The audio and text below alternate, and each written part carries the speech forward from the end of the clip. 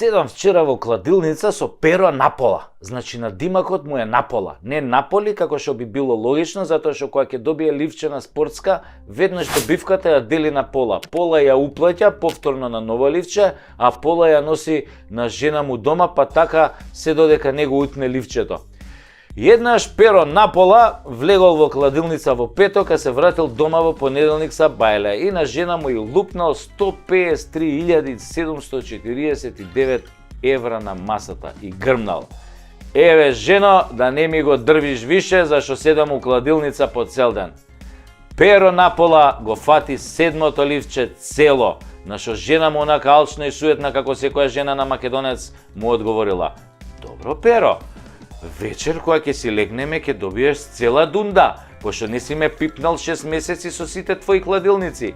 И перо си легнал у дневна соба на кауч, малку да дремне пред сексот, затоа што 3 дена немал спиена, нели, чекајќи ги ливчињава, ама заспал ко топ. И жена му изгледа не ја разбрала ова форава со заспивањево и кога се разбудил по 2 дена, ни жена му ја немало дома. Ни жена му, ни оние 153.000 евра и кусур. И после тоа перо напола разбра дека жена му е во Австрија или во Австралија, е бемлига, една буква чуда прави, и перо напола од тогаш нема фатено повеќе од 2 ливчиња. И секојаш кога ќе го утне следното ливче, пцуе на глас: перо, перо, да ти бам глупиот, како не ти текна дека ти правиш женски малер со тоа сексот. Но не се. Да се вратам на суштината, а тоа не е во случајов пола или цела дунда, зашто искрено да ви кажам, ја пола дунда неам видена, а не знам како изгледа, а бидејќи е малер, нека ми дава цела или ништо. Значи, седиме ја и перо напола и баш го гледаме Наполи, кај што тренерот е пола тренер на Наполи, пола селектор на Словачка, што да прави пола судбина, која перо ми вика: абе Саше, ти го гледам тоа пола Тасевски и си викам: Саше, не знаеш што е градоначалничка фикс вин-вин акробација. Шо бле бета, викам, овој си викам. Слушај перо, прво не е тоа пола Тасевски, туку е преку Тасевски шоу. Затоа што кога би било пола, тогаш би било малку за гледачите, а ова е бе големо, па мора да биде преку, нели, преку Тасевски, значи поголемо е од пола, поголемо е од целото, нели, преку големото. Ако те разбирам, вика перо, значи како зидон на Трамп со Мексико, мора да идеш преку него за да го поминеш. Го гледам вака, го гледам и си викам: можеш да идеш и под зидот, бе? Да, бе, вика перо, можеш, само треба да пазиш на јајцата. Аман, бе, да му имам осте се јајцата, кажи што ти е тоа градоначалничка фикс вин-вин акробација.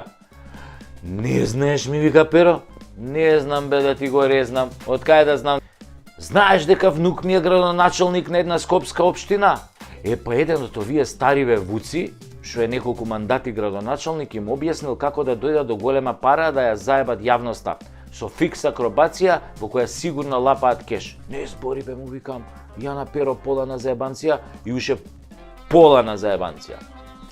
Градоначалници во Македонија и криминал. Кај бе тоа, бе, не верувам, викам, Бог да чува. Па све мајките рези се, бе, каков криминал. Вака вика перо. Прво се договараат со некој сумљив инвеститор по можност од doing business или нивните ортаци за некоја огромна локација за која процедурата ќе биде во секој случај незаконска во општината, од гласање во совет до издавање дозволи, дуп, муп, курац, палац и така натаму.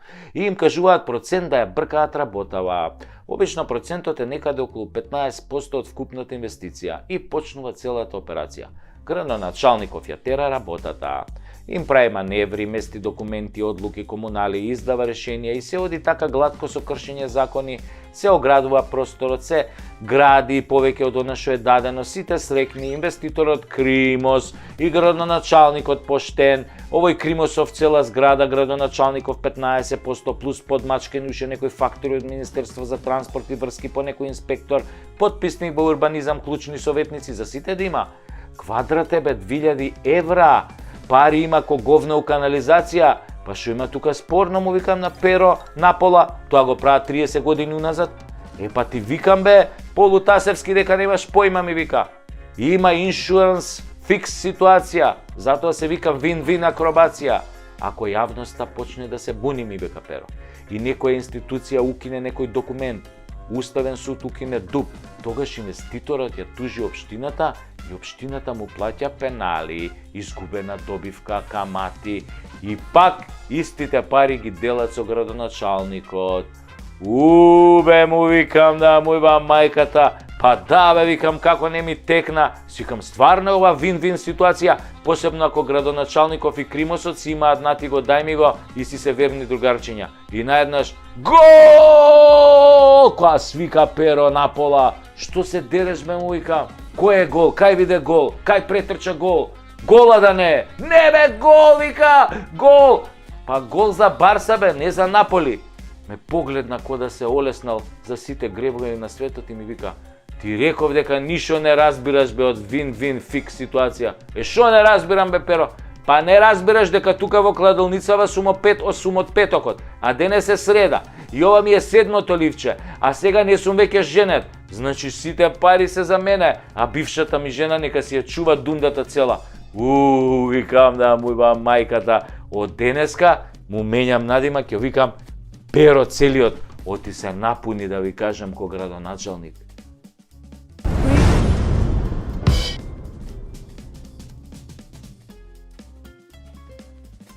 Ако македонизмот е штетен и лош и ако оваа држава треба за се да го слуша калето, тогаш не ни треба ни да имаме држава. Пред некој ден го гледав филмот што го снимаше актерот Шон Пен за време на почетокот на конфликтот Русија-Украина наречен Суперсила.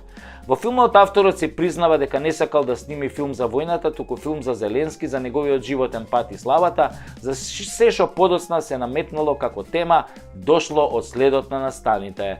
Тоа е така со многу документарни филмови кои мора да се прилагодат на реалноста. Во филмот украинците се гордеат со тоа што се посебен народ од Русија, што по случувањата на Мајдан ја започнале својата борба против корумпираните политичари, во таа борба не ги почитувале подпишаните меѓународни договори и се однесувале арогантно кон отварањето на уставот и регулирањето на сите човечки права, меѓу кои најважните тие на русите кои живеат во делови од Украина. Но станува впечатокот од филмот дека американците им го дозволуваат на украинците се она што тука кај нас упорно се обидуваат да го задушат.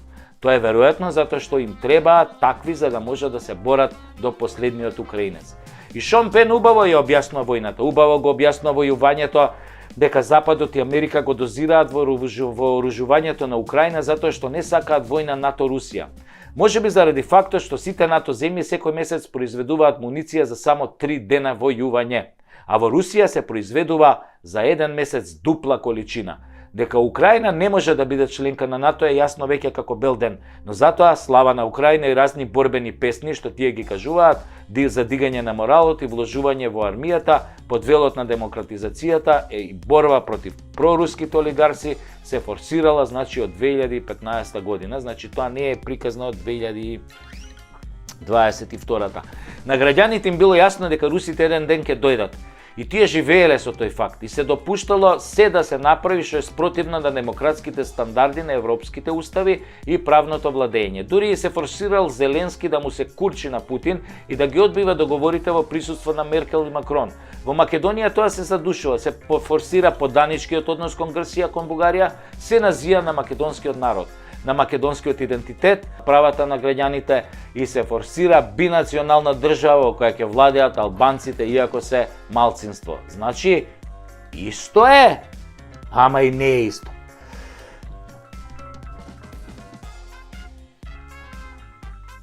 Путин.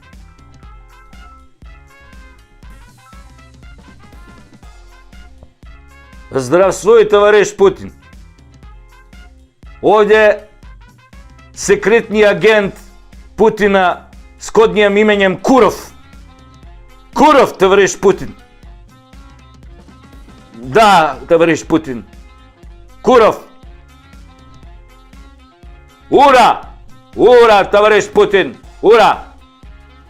Ура!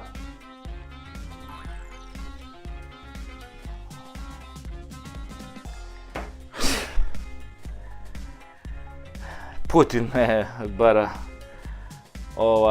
да, мене како што слушнав на тајното име ми е Куров. Како руски разузнавач, нели?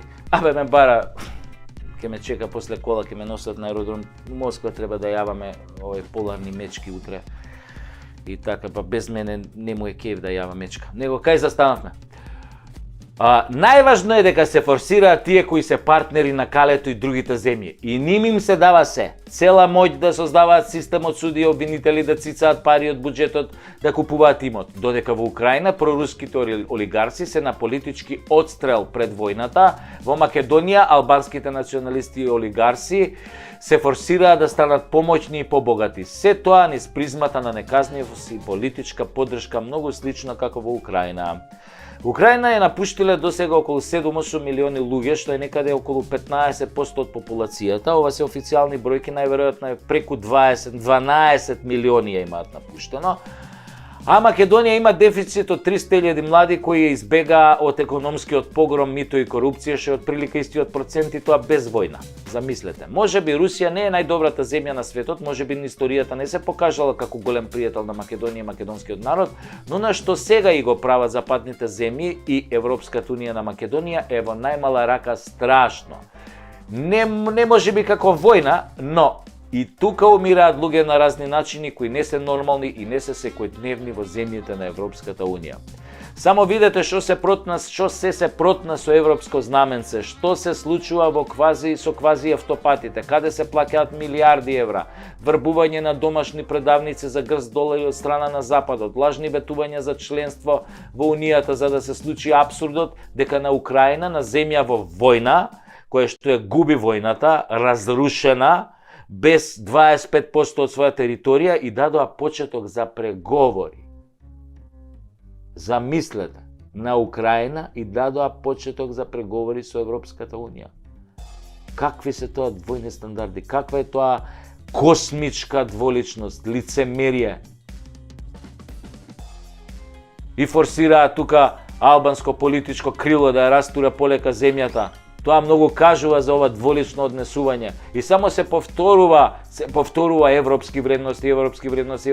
Ми се гади веќе и од сатирата на таа тема. Едноставно се одвратни, но не само кон овој народ. Многу примери има за жални светот, двојни аршини во 21. век, цивилизацијски вредности, развиена демократија, европска демократија, западна демократија, слобода и правда. А во Газа се случува геноцид. Преку 15.000 мртви деца за неколку месеци. Деца само. Европски права, слобода и правда. Курот на Магареново зоолошка. Оне што е мој комшија на лавот. Да му го оправам.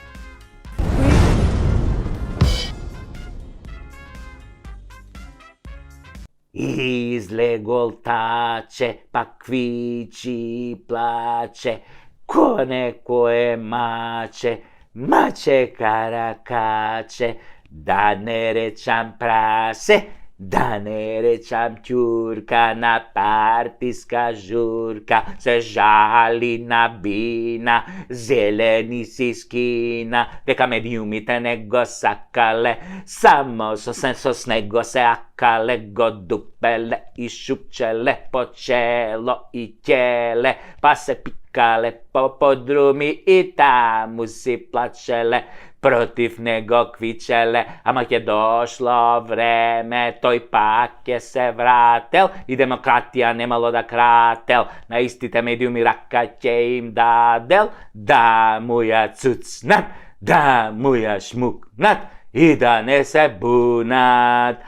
Ако некого увредел, тој ќе се извинел, ќе кажел извини, додека лапат тендери фини. Извинете, медиуми, што не донесовте на власт, па се изнајадовме мас, товаревме магаре до небо, место хемом ви дававме плацебо, наместо правда добивте карма, а карма кона бабата сарма. Наместо пасоши, курсо уши и менјуши, наместо здравје чукавте во дрво, наместо македонски изборевте само албански парво. О, соле мио! Затоа Македонија ви нуди шарени бермуди, со скинати гаки станавме дунди, кои секој ги клеца од бугар до баба Меца, од француз булјаш, германец лажго до американец што не прца страшно, па така кај лажат и крадат, имаат вошки, на народ му даваат трошки, се пуваат, ке се врателе тие, не знаат дека ги чекаме ние, на 8 мај да ги ебеме до крај. Се извинувам вака на оралниот одраз, ама на тоа ме натера мака кога гледам луѓето по контейнери што јадат, му влосан леп во уста што ставаат, додека фраери од власта дрпаат без усул, купуваат центри со пари од буџет. Од балкански лидер не направија џудже, уништија се што имаше вредност и сега пред народот глумат чедност, а чедне се ко порно глумица стара што секоја ја кара, ја трти, ја врти, ама со 100 грама шминка, пластични цицки, безброј сите, мисла дека се некој, затоа секој на своја, криминалците мој на мој, мој до мој кај мој, мислам поетски збор каде што милно ги карам, за пашпу си ги корам, а во пекол има да горам, ако лошо мислам, па јас не сум таков, жими у гаќиве краков, терани код звезди од Холивуд се тие, ама душата од криминал им гние, колку мајки од нив плачат и деца немаат кај да се вратат, од домовите им правија пепел, растурија семејства со коцкарници и дрога, само за да живеат на висока нога. Ама не знаат дека парата е клета, ке ги дроби и лјадници ке лета, и не само нив, туку и поколенија нивни, од клетвите на сите што им се кивни, на сите што умре од огини пламен, од вируси болка од рак гаден, на сите што им скратија нивно платено честно со даноци и такси, а го украда од буџетот макси, низ тендери и повици лажни со поштарки од 7 милиони евра, со ископи и дубари што не трпат папир, со суди обвинители, со странци и странски криминалци, со самиот џавол кој го дружија и сите разни курци, палци, заазно и злато незаработено и клето.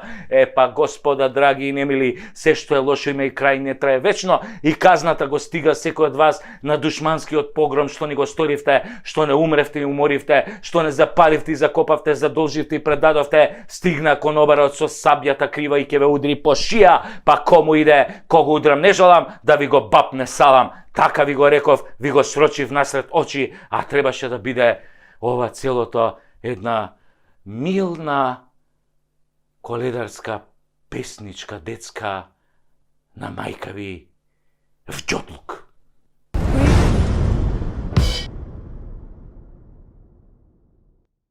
Пред некој ден гледам еден клип сниман во Приштина, во кој се интервјуираат албанци за тоа што би направиле доколку на власт дојде Доналд Трамп и ја затвори американската база Бонстил во Косово.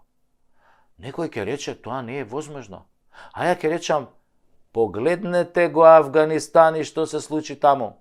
Се повлекоа за 10 дена од земјата во која 20 fucking години се бореа против талибанците и светскиот тероризам, оставајќи им ние целата земја повторно на истите талибанци со половина донесена опрема која е 1/100 од тоа што го има на Косово.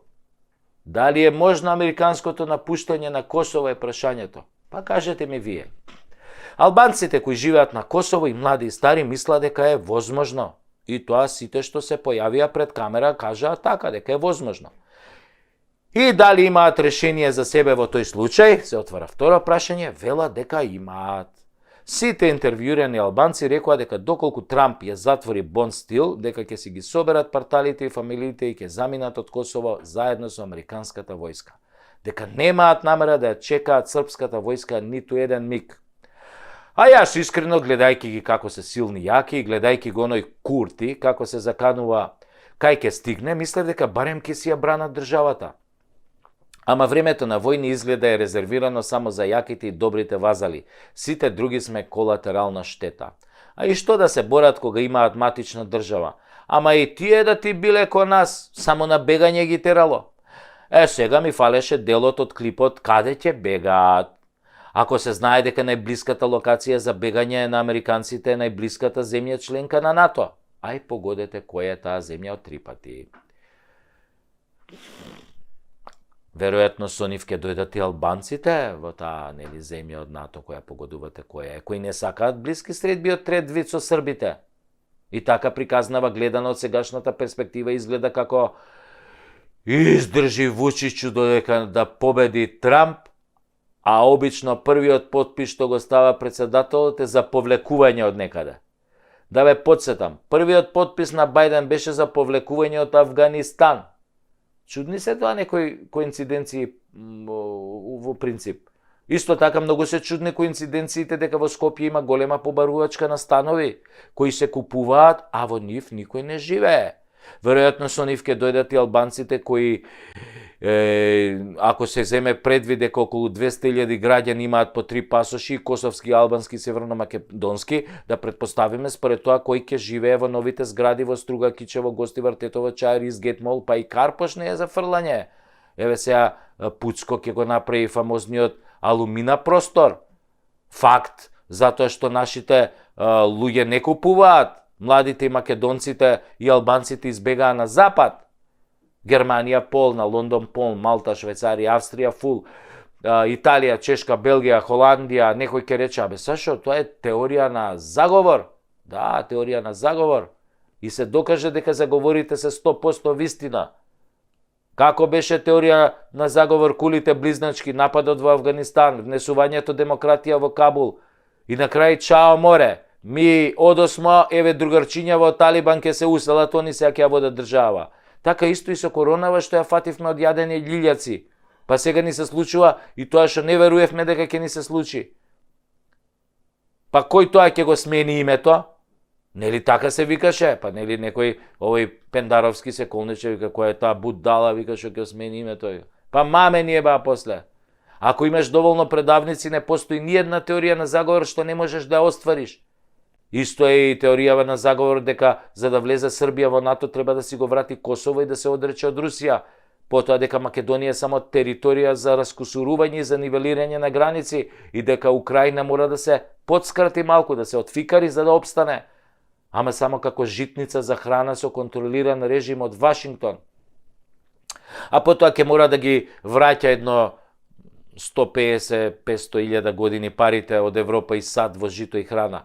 Односно, лево ќе биде НАТО, десно ќе биде БРИКС и Русија. Нема да има дупки и островчиња. Ете, тоа е таа теорија на заговор која ја издаде само едно клипче снимено на пазар во Приштина. Кој сака нека верува, кој сака нека се прави наудрен. Наудрените обично прво ги удираат. Затоа што е полесно. Не се внимателни, гледаат на страна. Тргаат поглед, зихераши, лешпери.